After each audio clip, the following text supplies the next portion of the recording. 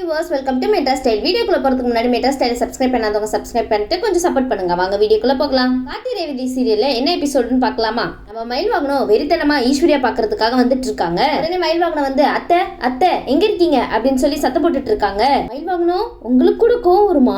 உடனே ஈஸ்வரி வந்து உள்ள இருந்து வராங்க. ஏன் இப்படி சத்தம் போட்டுட்டு இருக்கீங்க மாப்பிள்ள அப்படின்னு சொல்லி கேட்டு இருக்கும் போது, ஏத்த நீங்க பண்றதெல்லாம் சரிதானா? நீங்களாம் ஒரு அம்மாவா அப்படின்னு சொல்லிடுறாரு மயில் வாகனம். அச்சோ, என்ன மயில் வாகனம் இப்படி கேட்டுட்டீங்க டப்புன்னு? உடனே ஈஸ்வரி சொல்றாங்க, மாப்பிள்ள வார்த்தையை அளந்து பேசுங்க. யார்கிட்ட என்ன பேசிட்டு இருக்கோம் தெரிஞ்சதா பேசுறீங்களா அப்படின்னு சொல்லி கேட்க, எல்லாம் தெரிஞ்சதான் பேசிட்டு இருக்கேன். தான் பொண்ணு எப்படி போனா என்ன, நம்மளுக்கு நம்ம செல்வாக்கு, ராஜ்யம், மரியாதை, போட்டி, போறாம இதுதானே உங்களுக்கு முக்கியம். மத்தவன் வாழ்க்கை எப்படி கெட்டு போனா என்ன அப்படின்னு நினைக்கிறவங்க தானே நீங்க அப்படின்னு சொல்லி கேட்டு இருக்கும் போதே ஈஸ்வரிக்கு இன்னும் ரொம்ப கோவம் ஜாஸ்தியாகி, போதும் இதோட நிறுத்திக்கோங்க, இதுக்கு மேல ஒரு வார்த்தை பேசுனீங்க என்ன நடக்கும் தெரியுமா அப்படின்னு சொல்லி கேட்டு இருக்காங்க. என்ன நடக்கும்? மிஞ்சி போனா வீட்டை விட்டு வெளியே அனுப்புவீங்க அதுதானே?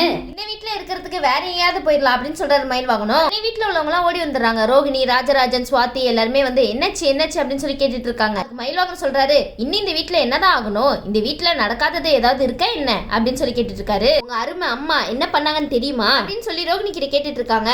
என்னாச்சு அப்படி என்ன பண்ணாங்க அப்படின்னு சொல்லி கேட்டுட்டு இருக்கும் போது, அத்தை யாருக்கும் தெரியாம ரேவதிக்கும் மருத்துக்கும் ரிஜிஸ்டர் ஆபீஸ்ல கல்யாணம் பண்ணி வைக்க வச்சிருக்காங்க. உடனே வீட்டுல உள்ள எல்லாருக்குமே பயங்கர ஷாக்னா சொல்ல முடியல. ராஜராஜன் கேக்குறாங்க, என்ன மாப்பிள்ள சொல்லிட்டு இருக்கீங்க அப்படின்னு சொல்லி கேட்க, ஆமா மாமா நான் சொல்றதெல்லாம் உண்மைதான், நான் என் கண்ணால நேர்ல பார்த்த விஷயத்தை தான் இங்க பேசிட்டு இருக்கேன் அப்படின்னு சொல்லி சொல்றாங்க. ராஜராஜன் கேக்குறாங்க, என்ன ஈஸ்வரி மாப்பிள்ள என்னென்னோ சொல்லிட்டு இருக்காரு, இதெல்லாம் உண்மையா அப்படின்னு சொல்லி கேட்டு இருக்கும் போது, ஈஸ்வரி வாயே திறக்கல. எப்படி திறப்பாங்க, அவங்கதான் பெரிய தப்பு பண்ணிட்டு வந்திருக்காங்களே. எப்பவுமே ஈஸ்வரி தான் வீட்டுல உள்ளவங்கள ரவுண்டு கட்டி அடிப்பாங்க, ஆனா வீட்டுல உள்ளவங்களா ஈஸ்வரி ரவுண்டு கட்டில அடிக்கிறாங்க.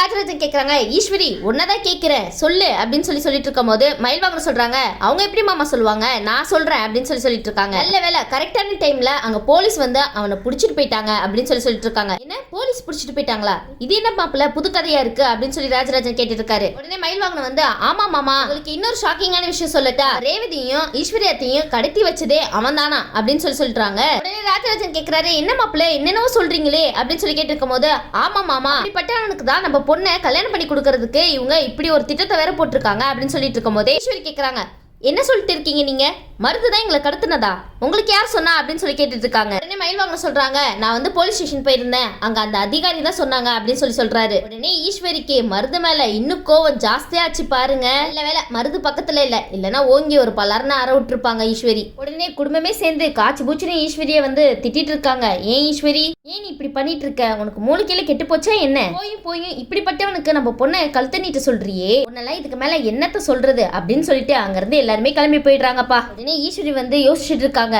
மருது இப்படிப்பட்டவனா, இன்னையும் பொண்ணையும் கடத்தினதா அவனா, ஆனா எதுக்காக எங்க ரெண்டு பேரையும் கடத்தணும் அப்படின்னு சொல்லிட்டு யோசிச்சுட்டு இருக்காங்க. சூரியகலா அங்க இருந்து வராங்க. நேரா ஈஸ்வரி ஆண்டியை பாக்குறதுக்கு தான் போயிட்டு இருக்காங்க. போங்க போங்க உங்களுக்கு பெரிய ஆப்பா இருக்கு. உடனே சூரியகலா வந்து ஈஸ்வரி கிட்ட போயிட்டு, ஆண்டி நான் உங்ககிட்ட ரொம்ப முக்கியமான விஷயம் பேசணும் அப்படின்னு சொல்லி சொல்றாங்க. அதுக்கு ஈஸ்வரி சொல்றாங்க, நானும் உங்ககிட்ட ரொம்ப முக்கியமான விஷயம் தான் பேசணும் அப்படின்னு சொல்லி சொல்றாங்க. உடனே சூரியகலா வந்து கேக்குறாங்க ஈஸ்வரி கிட்ட, நீங்க ஃபர்ஸ்ட் சொல்லுங்க ஆண்டி என்ன விஷயம் அப்படின்னு சொல்லி கேட்கும்போது, உடனே ஈஸ்வரி கோவப்பட்டு, நீங்க ரெண்டு பேரும் கூட்டிக்கலவாணி தானே, நீங்க ரெண்டு பேரும் சேர்ந்து தானே என்னையும் என் பொண்ணையும் கடத்தினது அப்படின்னு சொல்லி சொல்றாங்க. சூரியகலா வந்து பயந்துட்டு, ஐயோ இது என்னடா ட்விஸ்ட், இது நம்ம லிஸ்ட்லயே இல்லையே அப்படின்னு சொல்லி நினைச்சிட்டு இருக்காங்க. உடனே சூரியகலா கேக்குறாங்க, ஆண்டி நீங்க என்ன பேசிட்டு இருக்கீங்க, நாங்க உங்களை கடத்தணுமா, என்ன ஆண்டி நீங்க எல்லாம் தெரிஞ்சுதான் பேசுறீங்களா அப்படின்னு சொல்லி கேட்டு இருக்கும் போது, வாயை மூடு எனக்கு எல்லாம் தெரிஞ்சுதானே பேசிட்டு இருக்கேன், இப்பதான் மயில் மாப்பிள்ள என்கிட்ட எல்லா விஷயத்தையுமே சொன்னாரு அப்படின்னு சொல்லி சொல்லிட்டு இருக்காங்க. உடனே சூரியகலா சொல்றாங்க, இவங்க சொல்றது எல்லாமே பொய் அத்தை, நீங்க யார் பேச்சையும் நம்பாதீங்க, இவங்க எல்லாரும் உங்ககிட்ட பொய் சொல்லிட்டு இருக்காங்க, என் கண்ணால பார்த்த ஒரு விஷயத்த சொல்றதுக்கு தான் நான் ஓடோடி வந்திருக்கேன் அப்படின்னு சொல்லி சொல்லிட்டு இருக்காங்க. உடனே ஈஸ்வரி சொல்றாங்க, போதும் உங்க ஆட்டத்தெல்லாம் இதோட நிறுத்திக்கோங்க, நீங்க யாரு எப்படிப்பட்டவங்கன்னு எனக்கு தெரிஞ்சிருச்சு அப்படின்னு சொல்லிட்டு ஈஸ்வரி ரொம்ப டென்ஷனா பேசிட்டு இருக்காங்க. அதுக்கு சூரியகலா வந்து, ஆண்டி ப்ளீஸ் கொஞ்சமாவது நான் சொல்றது கேளுங்க, நான் சொன்னது கேட்டதுக்கு அப்புறம் நீங்க என்ன முடிவு வேணாலும் சொல்லுங்க, நான் அதை ஏத்துக்கிறேன், ஆனா ப்ளீஸ் ஆண்டி கொஞ்சம் கேளுங்க அப்படின்னு சொல்லி சொல்லிட்டு இருக்கும் போது உடனே ஈஸ்வரி சொல்றாங்க, சரி சொல்லு அப்படி நீ என்னதான் சொல்றேன்னு நானும் பாக்குறேன் அப்படின்னு சொல்லி சொல்லும் போது சூரியகலா நடந்த விஷயத்த எல்லாத்தையுமே சொல்றாங்க ஈஸ்வரி கிட்ட. இந்த மாதிரி நான் வந்து அண்ணனை ஸ்டேஷன்ல போய் பார்க்க போனேன், ஆனா அங்க யார் தெரியுமா இருந்தா, கார்த்தி இருந்தா ஆண்டி அப்படின்னு சொல்லி சொல்றாங்க. உடனே ஈஸ்வரி வந்து சூரியகலா கிட்ட கேக்குறாங்க, என்ன கார்த்தி இருந்தானா அப்படின்னு சொல்லி கேட்கும் போது, ஆமா ஆண்டி நான் கார்த்தியை பார்த்தேன் ஆண்டி, அண்ணனை எதுக்காக கூட்டிட்டு போயிருக்காங்க அப்படின்னு சொல்லி விசாரிக்க போகும்போது அங்க நான் கார்த்தியை பார்த்தேன் ஆண்டி, இதுக்கெல்லாம் காரணம் அந்த கார்த்தி தான் ஆண்டி அப்படின்னு சொல்லி சொல்லிட்டு இருக்காங்க. உடனே ஈஸ்வரி சொல்றாங்க, இப்போ புரியுது எனக்கு, பின்னாடி இருக்கிறது கார்த்தி தானே, அதானே பார்த்தேன், என்னடா நம்ம போடுற திட்டம்லாம் எப்பவுமே அவனால தானே முறியடிக்கப்படும், ஆனா இந்த தடவை உங்களால அப்படி ஆயிடுச்சு அப்படின்னு நினைச்சிட்டு இருந்தேன், ஆனா இதுக்கு பின்னாடி அவன் இருக்கானா? இப்போதான் எனக்கு புரியுது. மயில் வாகன மாப்பிளையும் அவனோட செட்டு தானே, அப்போ அவனுக்கு சப்போர்ட்டா இருக்கிற மாதிரி தானே பேசுவாரு. அதனாலதான் இந்த மாதிரி எல்லாம் போய் சொல்லிட்டு இருக்காரு என்கிட்ட அப்படின்னு சொல்லிட்டு ஈஸ்வரி சூர்யாகலாவை நம்புறாங்க. என்ன ஈஸ்வரி, யாரையாவது ஒரு ஆளை நம்புங்களேன். உடனே சூர்யாகலா சொல்றாங்க, இப்ப புரியுதா ஆன்ட்டி, எங்க மேல தப்பு இல்லைன்ட்டு, நீங்க அதுக்குள்ள எங்களை காய்ச்சி பூச்சின்னு திட்ட ஆரம்பிச்சிட்டீங்களே அப்படின்னு சொல்றாங்க. உடனே ஈஸ்வரி சொல்றாங்க, பின்ன என்ன பண்ண சொல்ற, என் இடத்துல நீ இருந்தா நீ இப்படிதானே பண்ணிருப்ப அப்படின்னு சொல்லி கேட்டுட்டு இருக்காங்க. சரின்னு சொல்லிட்டு அடுத்த நாள் ஆகுது. ரேவதியும் கவலையோட ஆபீஸ் கிளம்புறாங்க. உடனே ஈஸ்வரி வந்து ரேவதி கிட்ட போய் பேசுறாங்க. ரேவதி அப்படின்னு சொல்லி கூப்பிடுறாங்க. உடனே ரேவதியும் வந்து அங்கேயே நிக்கிறாங்க. ஆனா ஒண்ணுமே பேசல. உடனே ஈஸ்வரி வந்து கிட்ட போயிட்டு, ரேவதி எங்கம்மா போற அப்படின்னு சொல்லி கேட்கும் போது, நான் ஆபீஸ் போறேன் அப்படின்னு சொல்றாங்க. ரேவதி இந்த அம்மாவை மன்னிச்சிடுமா அப்படின்னு சொல்லி கேட்டுட்டு இருக்காங்க. உடனே ரேவதி சொல்றாங்க, நான்லாம் யாருமா உங்களை மன்னிக்கிறதுக்கு, உங்களுக்கு என்ன தோணுதோ அதுதானே நீங்க பண்ணுவீங்க. ஆனா கார்த்திகை இப்படி போலீஸ் பிடிச்சிட்டு போயிட்டாங்க, அவர் ஏதாவது தப்பு பண்ணியிருக்காரா, அதை பத்தின தகவலே தெரியல அப்படின்னு சொல்லி யோசிச்சுட்டு இருக்காங்க ரேவதி. ஈஸ்வரி சொல்றாங்க, நீ வந்து கார்த்தியை தப்பானவன் நினைக்காதம்மா, அவன் வந்து ரொம்ப நல்லவமா அப்படின்னு சொல்லிட்டு இருக்காங்க. ரேவதி வந்து சொல்றாங்க, ஏமா அதிகாரிங்க வந்து அவனை ஃப்ராடுன்னு சொல்லிட்டு இழுத்துட்டு போறாங்க, நீங்க அவனை நல்லவன் சொல்லிட்டு இருக்கீங்களாமா இன்னும் அப்படின்னு சொல்லி கேட்கறாங்க. ஈஸ்வரி சொல்றாங்க, ரேவதி அப்படி இல்லம்மா அப்படின்னு சொல்லும் போது ரேவதி வந்து சொல்றாங்க, போதுமா நான் ஆபீஸ் போறேன் அப்படின்னு சொல்லிட்டு கிளம்பிடுறாங்க அங்க இருந்து. கார்த்தி வந்து ஆபீஸ்ல லிஃப்ட்ல போயிட்டு இருக்கும் போது லிஃப்ட் ஸ்டெக் ஆகி மாட்டிக்கிறாங்க. உடனே கார்த்தி வந்து, ஐயோ என்னடா லிஃப்ட் ஸ்டெக் ஆயிடுச்சு அப்படின்னு யோசிச்சுட்டு பீட்டருக்கு கால் பண்ணிட்டு, பீட்டர் இந்த மாதிரி நீ எங்க இருக்க, நான் இந்த மாதிரி லிஃப்ட்ல மாட்டிக்கிட்டேன் அப்படின்னு சொல்லிட்டு உதவி கேட்கறாங்க. உடனே பீட்டர் கேட்கறாங்க, என்னடா சொல்ற அப்படின்னு சொல்லி கேட்கும் போது, ஆமா நீ கொஞ்சம் என்னன்னு பாரு அப்படின்னு சொல்லிட்டு இருக்காங்க. சரிடா நான் இப்பயே பாக்குறேன் அப்படின்னு சொல்லி பீட்டரும் என்னன்னு பார்க்க போயிட்டு இருக்காரு. உடனே பீட்டர் வந்து அந்த இடத்துக்கு வந்துட்டு, மச்சான் இதுக்குள்ளேயோட இருக்க அப்படின்னு சொல்லி கேட்கும் போது, ஆமாண்டா இதுக்குள்ளதான் நான் மாட்டிக்கிட்டேன் அப்படின்னு சொல்றாங்க கார்த்தி. உடனே கார்த்தி சொல்றாங்க, சப்ளை வர ரூம்ல ஏதாவது பட்டன் ஆன் பண்ணணுமா போய் பாருடா அப்படின்னு சொல்றாங்க. உடனே பீட்டர் வந்து, சரி ஏதாவது ஆஃப் பண்ணி வச்சிருக்காங்களான்னு நம்ம போய் பார்ப்போம் அப்படின்னு சொல்லிட்டு அந்த இடத்துக்கு போய் பார்த்துட்டு இருக்காங்க. இத பிரியாவும் பாக்குறாங்க. பீட்டர் ஏன் இதுக்குள்ள போறாங்க அப்படின்னு சொல்லிட்டு பிரியா வந்து ஒண்ணு தெரியாத மாதிரி கேக்குறாங்க. பீட்டர் என்னாச்சு அப்படின்னு சொல்லி கேட்கும்போது உடனே பீட்டர் வந்து பிரியா கிட்ட சொல்றாங்க, இந்த மாதிரி எம்டி வந்து லிஃப்ட்ல மாட்டிக்கிட்டாங்க அப்படின்னு சொல்லும்போது உடனே பிரியா யோசிக்கிறாங்க, ஆஃப் பண்ணதே நம்ம தானே, அச்சோ இவன் மட்டும் ஏதாவது பண்ணிட்டானா சாமுண்டீஸ்வரி ஆண்டி நம்மள அவ்வளவுதான் அப்படின்னு சொல்லி யோசிச்சுட்டு இருக்காங்க. அட பாவமே பிரியா, நீங்களா இந்த காரியத்தை பண்ணது, ஈஸ்வரி உங்ககிட்ட சீக்கிரட்டா சொன்ன விஷயம் இதுதானா? உடனே பிரியாவும் வந்து ஆக்ட் பண்ணிட்டே, என்ன பீட்டர் சொல்றீங்க, எம்டி சார் லிஃப்ட்ல மாட்டிட்டாங்களா, அச்சோ என்ன பண்றது இப்போ? உடனே வந்து பீட்டர் வந்து கரெக்டான ஸ்விட்ச் ஆன் பண்ண போகும்போது பிரியா சொல்றாங்க, சார் நீங்க பாட்டுக்கு ஏதாவது ஸ்விட்ச் ஆன் பண்ணி விட்டுட்டு எம்டி சார் வேற உள்ள இருக்காங்க, ஏதாவது ஆயிட போகுது சார் அப்படின்னு சொல்லிட்டு இருக்காங்க. உடனே பிரியா சொல்றாங்க, நீங்க எதுவுமே ஆன் பண்ணாதீங்க, டெக்னீஷியனுக்கு கால் பண்ணி வர சொல்லுங்க அப்படின்னு சொல்லிட்டு இருக்காங்க. உடனே பீட்டரும், நீ சொல்றது கரெக்டா பிரியா. பீட்டர் வந்து உடனே டெக்னீஷியனுக்கு கால் பண்ணி, இந்த மாதிரி ஆபீஸ்ல லிஃப்ட் வந்து ஸ்டெக் ஆயிருக்கு, உள்ள வந்து எம்டி சார் வேற மாட்டிக்கிட்டாரு அப்படின்னு சொல்லி பீட்டர் சொல்ல, அதுக்கு வந்து டெக்னீஷியன் சொல்றாங்க, நீங்க அங்கதானே சார் நிக்கிறீங்க, எனக்கு வந்து நீங்க அங்க உள்ள ஸ்விட்ச் எல்லாம் போட்டோ எடுத்து அனுப்புங்க, நான் என்ன பண்ணணும்னு சொல்றேன் அப்படின்னு சொல்றாங்க. உடனே போட்டோ எடுத்து அனுப்பும் போது, சார் அந்த லிவர் இருக்குல்ல அதை வந்து திருப்புங்க, அதனால தான் லிஃப்ட் வந்து ஆஃப்ல இருக்கு அப்படின்னு சொல்றாங்க. உடனே பீட்டரும் டெக்னீஷியன் சொன்ன மாதிரியே எல்லா வேலையும் கச்சிதமா பண்ணி முடிச்சிடுறாரு. உடனே கரண்ட் வந்து லிஃப்ட் லைட்ஸ் எல்லாமே ஆன் ஆயிடுது. உடனே கார்த்தியும் லிஃப்ட்ல இருந்து வெளியே வந்துடுறாரு. கார்த்தி வெளியே வந்தனே பீட்டர் வந்து பதறி போய், உனக்கு ஒன்னும் ஆகல இல்ல அப்படின்னு சொல்லி கேட்டுட்டு இருக்காங்க. உடனே கார்த்தி சொல்றாரு, எனக்கு ஒன்னும் ஆகல நீ கவலைப்படாத அப்படின்னு சொல்லிட்டு இருக்காங்க.